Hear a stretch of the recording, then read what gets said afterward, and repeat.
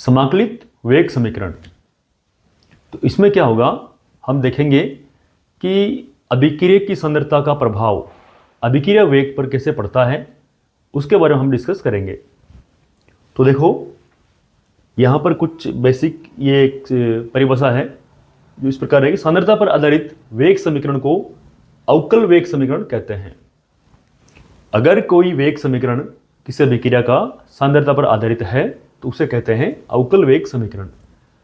अब इसमें देखते हैं कि अगर शून्य कोटि की अभिक्रिया है उस पर क्या प्रभाव पड़ता है। तो देखते हैं, शून्य कोटि का मतलब ये हो गया कि अभिक्रिया वेग पर उसकी सांद्रता का कोई प्रभाव नहीं पड़ता है। तो देखो, शून्य कोटि की अभिक्रिया का अर्थ होता है कि ऐसी अभिक्रिया जिसका वेग अभिक्रिया की सांद्रता के शून्य घातांक के समानुपाती होती है। तो यहाँ पर अभिक्रिया अगर R से P बन रहा है तो R यहाँ पर क्या है, R यहाँ पर रिएक्टेंट है अभिक्रियक, और P यहाँ पर उत्पाद है जिसको बोलते हैं प्रोडक्ट। तो इसके लिए वेग समीकरण बनेगा हमारे पास में वेग बराबर माइनस डी आर बटा डी टी। माइनस क्यों लगा है, क्योंकि अभिक्रियक की सांद्रता कंटिन्यू लगातार घट रही है, तो यहाँ पर माइनस आया है। बराबर में K स्थिरांक है जिसको हम बोल सकते हैं वेग स्थिरांक, और यहाँ पर ये R जो है सांद्रता है और घात में कितनी है, 0।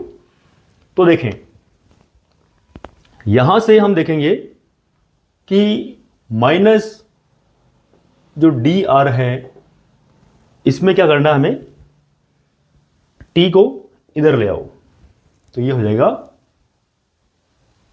K और dt।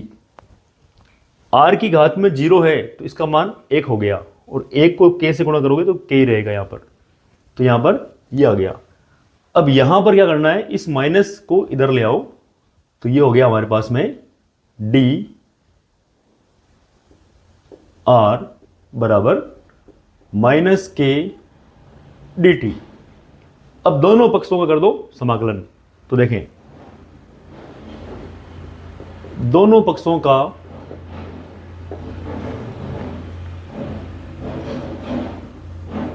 समाकलन करने पर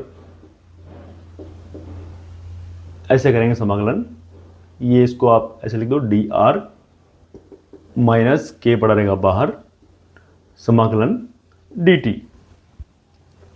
डी आर का समाकलन होता है आर, तो यहां आ जाएगा हमारे पास में आर बराबर माइनस के, और डी टी का होता है टी, तो यहां पर आ जाएगा टी, और प्लस में आता है एक नियतांक जिसको हम लेंगे आई। सी भी ले सकते हैं लेकिन यहां पर नियतांक को लिया है आई, ये समाकलन नियतांक है। तो ये हमारे पास में मिला है आर बराबर माइनस के टी प्लस आई। इसको दे दो समीकरण नंबर 1। अब देखो, यहां से हमें आई का मान निकालना है, तो इसके लिए देखते हैं कि आई का मान के निकालने के लिए t बराबर 0 पर जो सांद्रता है, प्रारंभिक सांद्रता मिलेगी हमें,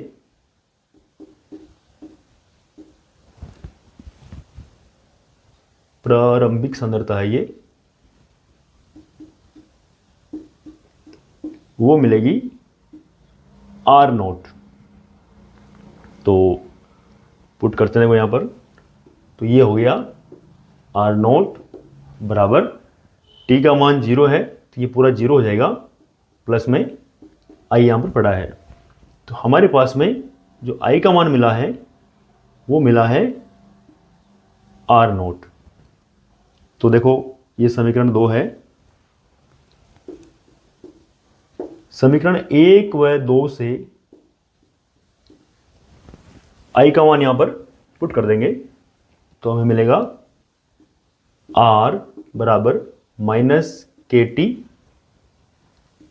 प्लस में आर नोट। अब क्या करेंगे, अब इसको ले आओ इधर और इसको ले आओ इधर, तो ये माइनस का इधर आएगा तो प्लस में हो जाएगा के टी, और ये प्लस का इधर आएगा तो माइनस में हो जाएगा आर नोट माइनस आर। यहां से हम इस के का मान निकाल सकते हैं। तो देखें, यहां से हमें k का मान मिलेगा k बराबर R0 माइनस R बटे में t लाओगे इसके, तो ये हो गया t। समीकरण नंबर 3 है। ये वेग स्थिरांक है और यही वेग स्थिरांक का फॉर्मूला हमें निकालना है। तो यहाँ पर ये जो प्रथम कोटि की, ये शून्य कोटि की जो अभिक्रिया है, इसमें हमें समाकलन का उपयोग करना है और फिर इसके बाद में i का मान निकालकर k का मान निकालना है। अब इसका एक ग्राफ भी है जो भी प्लॉट करके देखते हैं। तो देखें, इस समीकरण से देखें आप, इससे तो यहाँ पर हमारे पास में आया है ये कि r, यहाँ लिख लेते हैं r बराबर में माइनस KT प्लस में R0। तो ये एक रेखा का समीकरण बन गया, जैसे कि होता है मैथ में y बराबर mx प्लस c। तो c का काम कर रहा है R0, तो R0 यहाँ पर नियतांक हो गया। तो ये यहाँ मूल बिंदु से इसकी जो प्रारंभिक स्थिति है अंतखंड को निरूपित करता है। तो ये अधिकतम शुरुआत में जो सांद्रता थी t बराबर 0 समय पर, वो R0 है। जैसे जैसे समय बढ़ेगा वैसे वैसे अभिक्रिया की सांद्रता घटती जाएगी। तो ये ग्राफ मिला हमें यहाँ पर, और ढाल जो है वो है यहाँ पर -k, और m जो है यहाँ पर ये भी ढाल ही है। t यहाँ पर समय आ गया जो इस तरफ दिखाया गया है, तो ढाल जो है वो नेगेटिव है यहाँ पर। तो ये इसका ये ग्राफ है जो आपको ध्यान देना है। अब इसका एक एग्जाम्पल ले लेते हैं कि शून्य कोटि अभिक्रिया का क्या उदाहरण है।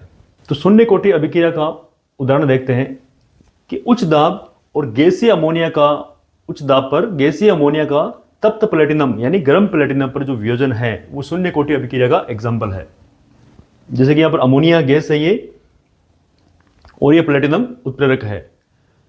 1130 केल्विन ताप यहाँ पर है इसका, तो नाइट्रोजन और ये हाइड्रोजन में वियोजित हो जाएगी। इसका जो वेग का फॉर्मूला बनेगा, वेग बराबर k, ये जो अभिक्रियक है इसकी सांद्रता घात आ रही है 0। तो ये शून्य कोटि की अभिक्रिया है, इसकी सांद्रता का इसकी अभिक्रिया पर या इसके वेग पर कोई प्रभाव नहीं पड़ेगा। तो यहाँ पर है ये क्या आ गया। अब इस अभिक्रिया में क्या है, प्लेटिनम की जो सतह है वो कार्य कर रही है उत्प्रेरक का। और इसके अलावा कोई दूसरा एग्जाम्पल लें अगर, वो ये है कि स्वर्ण सतह यानी गोल्ड का जो प्लेन है, सतह है, उस पर HI का जो उसमें वियोजन है वो शून्य कोटि अभिक्रिया का भी उदाहरण है। तो दो एग्जाम्पल है ये जो शून्य कोटि अभिक्रिया को दर्शाते हैं।